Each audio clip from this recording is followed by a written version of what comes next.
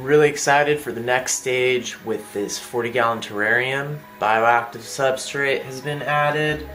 I added some extra isopods, and I added earthworms and a couple other things to get the microfauna going in the substrate, and just to start getting the process of decomposition and nutrient cycling happening before I add plants.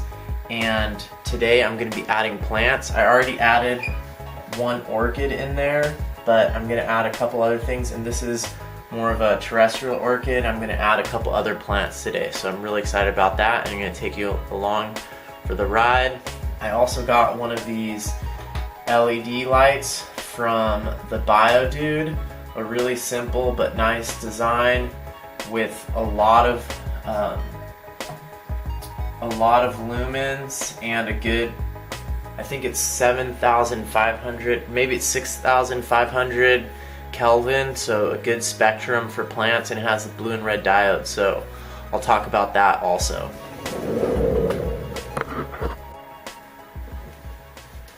So the first plant, the big plant that I'm going to add in this back area, is actually a cardamom plant. It's closely related to ginger.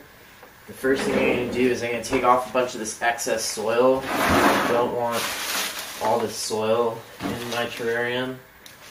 So I have this tub, and I don't like the white pieces of perlite in my naturalistic Vivarium, and so I'm trying to get as much of that off as possible.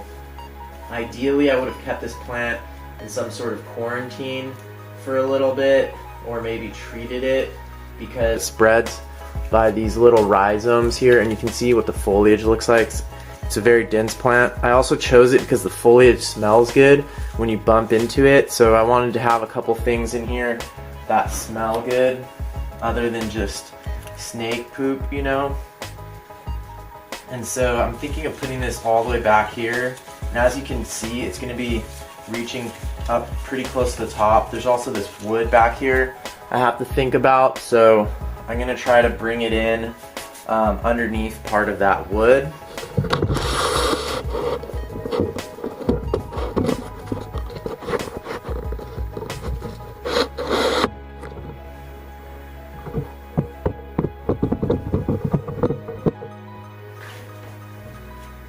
I can already smell it right now. It smells great. It also makes a small white flower, and I think this plant will do okay with a fairly superficial root system. It spreads by rhizomes, and I think it will do pretty well in here. So the spice cardamom actually comes from the pods after it flowers. Okay, so that's one plant down. The next plant I'm doing is called chameleon plant. It's actually used in food in, I think, Southeast Asia, but it's a cool creeping plant. It spreads, it's really easy to grow, and I like the shape of the leaves. It has a humid tropical look. It has some purple colors underneath the leaves, and I think it will do a good job of spreading around here like a vine. I'm going to have to cut this one back too, but I'm going to do that after, on both plants, I'm going to do that after I get them in place. That way I can get an idea of what they're going to look like.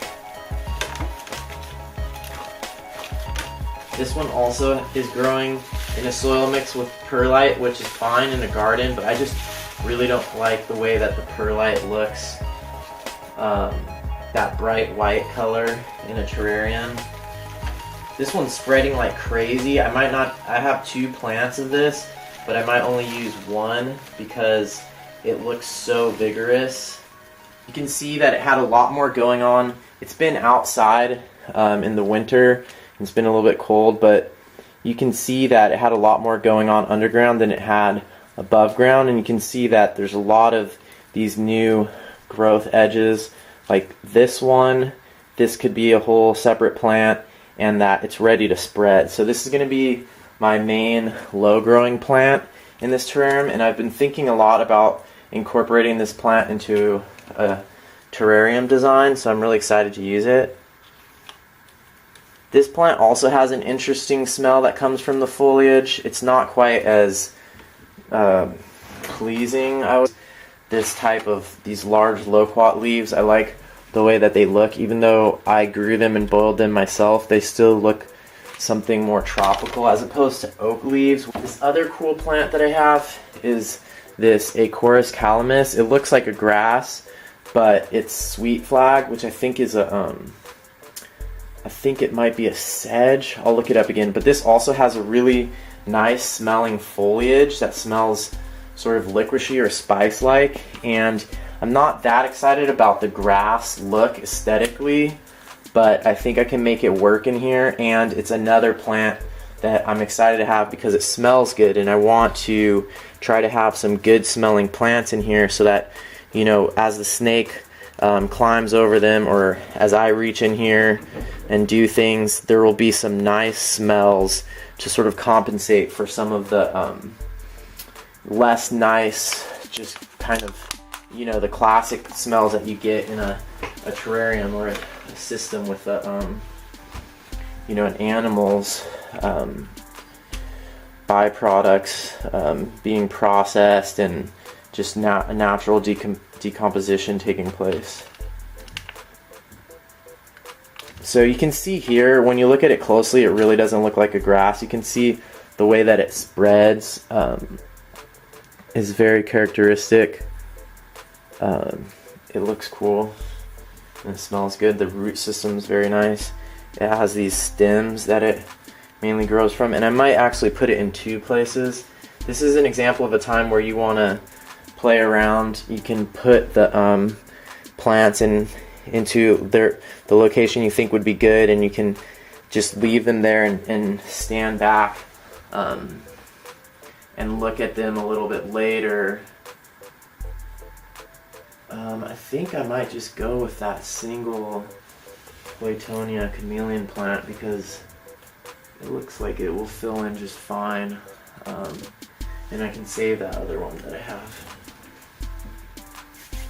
Okay, so now you can get a better idea of some of what this terrarium is going to look like from the side, and this is a time to go slow and think about your composition and how you want things to look, because that's really one of the things that I think is the most fun, and it's also one of the things that will be really hard to change later on.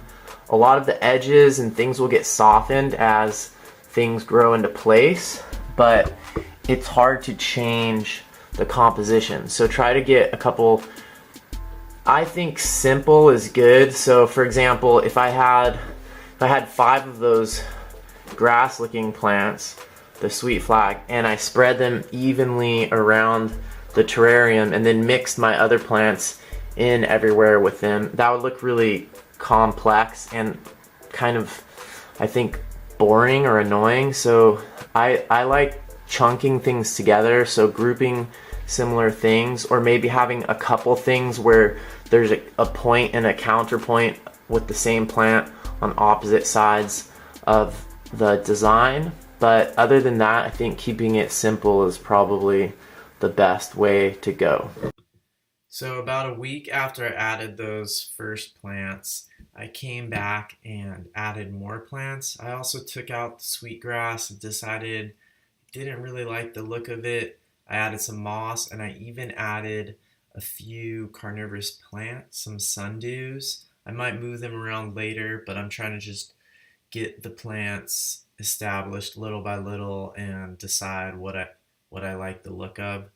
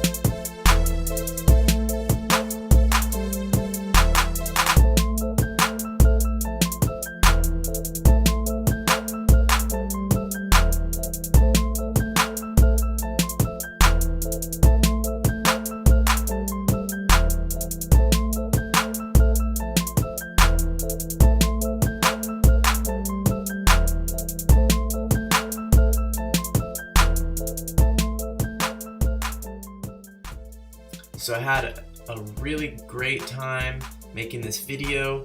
Almost had as much fun making the video as I did working on the actual vivarium, and I'm gonna keep sharing videos like this. And what I'm gonna make videos about are the things that I'm most passionate about right now, most passionate about learning. That way you can see my learning process. Hopefully it will inspire you for things that you're learning about. And if you like this video, give it a thumbs up down below, put in a comment, let me know what you think and what kind of videos you'd like to see in the future.